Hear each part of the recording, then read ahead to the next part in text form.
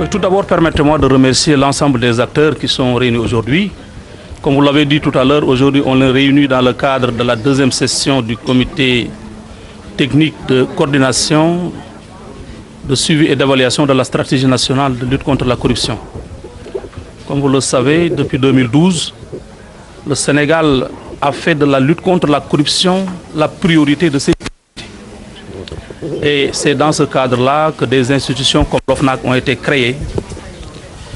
Et en 2020, le président de la République, M. Macky Sall, a ordonné l'élaboration d'une stratégie nationale de lutte contre la corruption qui a regroupé autour d'une table tous les acteurs qui interviennent dans la lutte contre la corruption, aussi bien les acteurs étatiques que les acteurs non étatiques, notamment la société civile, les ordres professionnels, les associations de patrons, les associations d'employeurs et tout le monde. La stratégie a été donc adoptée, adossée à un plan quinquennal 2020-2024 et qui avait essentiellement 3 objectifs. Le premier a été le renforcement des cadres institutionnels de lutte contre la corruption, des cadres législatifs et institutionnels, c'est-à-dire avoir de bonnes dispositions législatives et réglementaires, avoir des institutions adaptées. Et c'était ça le premier objectif.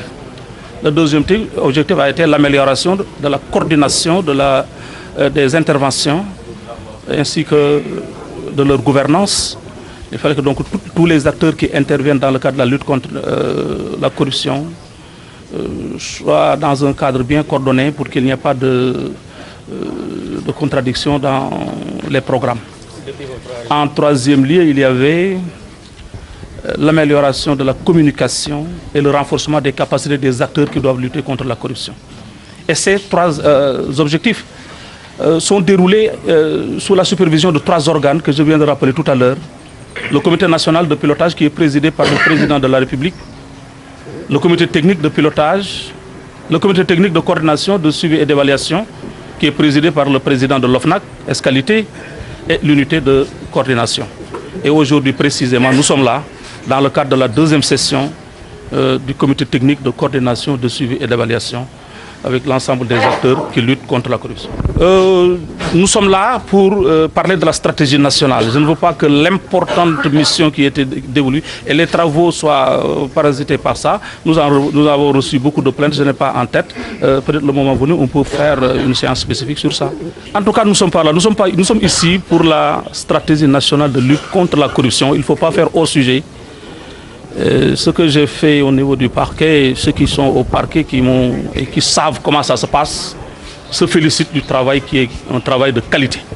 L'OFNAC a fait un travail de qualité qu'il a soumis au parquet de Dakar, qui a fait un travail de qualité. Et ça, je le promets, le jour où vous aurez l'information, parce qu'il faut aller à l'information, c'est important. C'est bon de critiquer, mais il faut aller à l'information. Allez le demander au procureur, comme j'ai transmis, la loi me dit, après avoir transmis des rapports au procureur, vous êtes dessaisi, donc on ne peut pas parler de ça ici. Parlons de la stratégie nationale de lutte contre la corruption, qui est une stratégie inclusive à laquelle on appelle les journalistes, vous, parce qu'il faut porter le message de la lutte contre la corruption partout au Sénégal, dans les coins, dans les recoins. Et pour cela, c'est une stratégie qui nous appartient et vous avez un rôle important à jouer. En termes de crédibilisation d'abord, des organes qui luttent contre la corruption. Parce que si les organes ne sont pas crédibilisés, les citoyens n'y croiront pas. Donc aidez-nous à crédibiliser l'OFNAC, à crédibiliser les institutions et nous ferons notre travail et vous en serez satisfaits, Inch'Allah, pour bouter la corruption hors de... Exactement, le président de la République avait ordonné qu'on lui transmette un rapport annuel. Donc chaque année, il y a un rapport qui est fait. Aujourd'hui, nous sommes là pour d'abord nous rappeler l'objectif qui nous avait été assigné.